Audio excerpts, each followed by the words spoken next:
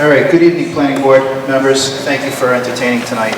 My name is Kevin Clary. I'm the chairman of the Burrillville Conservation Commission. I've been so for the last 5 years. I've been on the commission for approximately 13 now.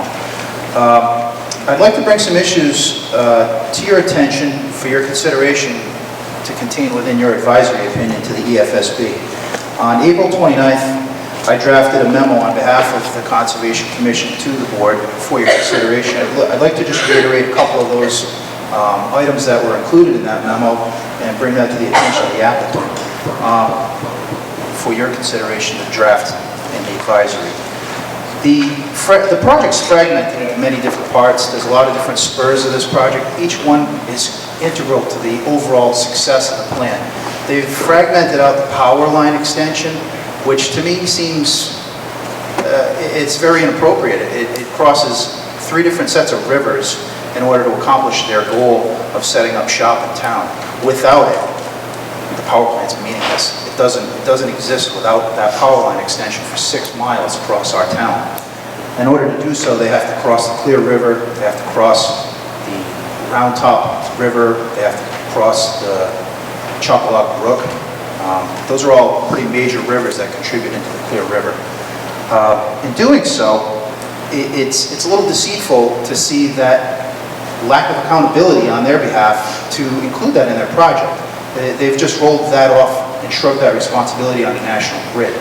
Again, they're putting all that responsibility on the National Grid in order to complete within their 2-year time frame. That's not realistic. Let's be realistic. To do so, it needs to be included in the whole ball of wax, because without it, it doesn't happen. Let's face it. So to put that on the National Grid is unreliable. Let's talk a little bit more about the processed water that they're proposing to use. We've all heard about the MTBE issues.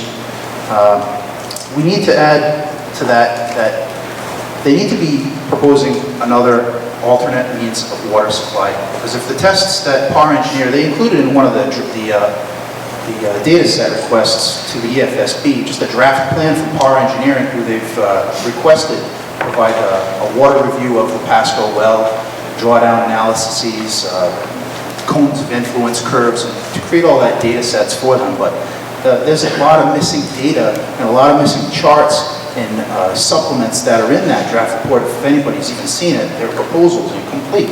How can that even be acceptable?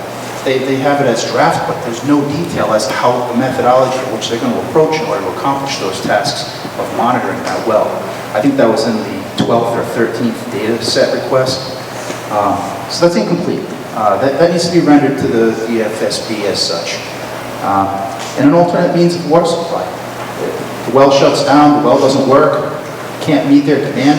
Where's that water going to come from? It's going to be piped in? Where's it going to be piped in from? I believe last time our expert did say that there needs to be some plan that needs to be in place. I'm putting words in his mouth. That needs to be, Mr. Heavy, I think, proposed that. That needs to be taken seriously, considered. I'm also a professional registered engineer myself, so I do have a little bit of expertise in these areas as well. Wastewater, the applicant needs to file an industrial pretreatment permit with the town's wastewater publicly owned treatment works. Full characterization of their wastewater discharges. They did a partial characterization of the wastewater discharge. That's pretty complete. Environmental impacts associated with this, the traffic routes. Last I heard, and I may be incorrect, but the Pascoag River Bridge had a posting on that not too long ago. Was there something done to that bridge to lift that posting? Because it was rated at 2 axles. I believe it was 10 tons or something like that. That would put a nail in the coffin here.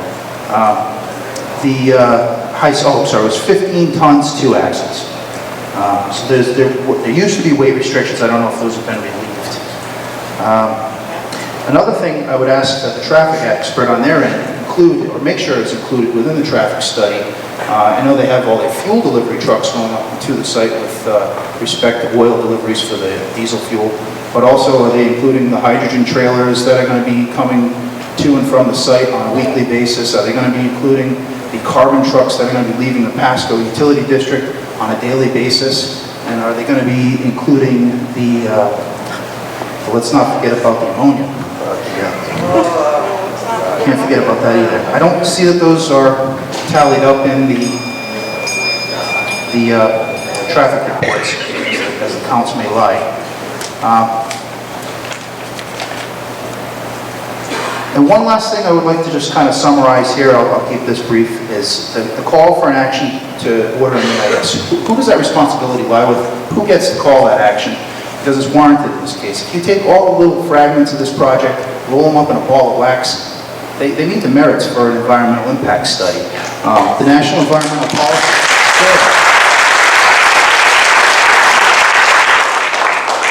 Planning Board's recommendation or advisory, the Conservation Commission would like to see it carry that call for that task to be completed. I don't know whose responsibility that lies with, who gets to call that shot, but it should be made for the benefit and for the satisfaction of the residents of Burrillville, in all fairness, to make sure that this project is, as they say, cited fairly. I appreciate your time and consideration on the matter. Thank you for your comments, sir.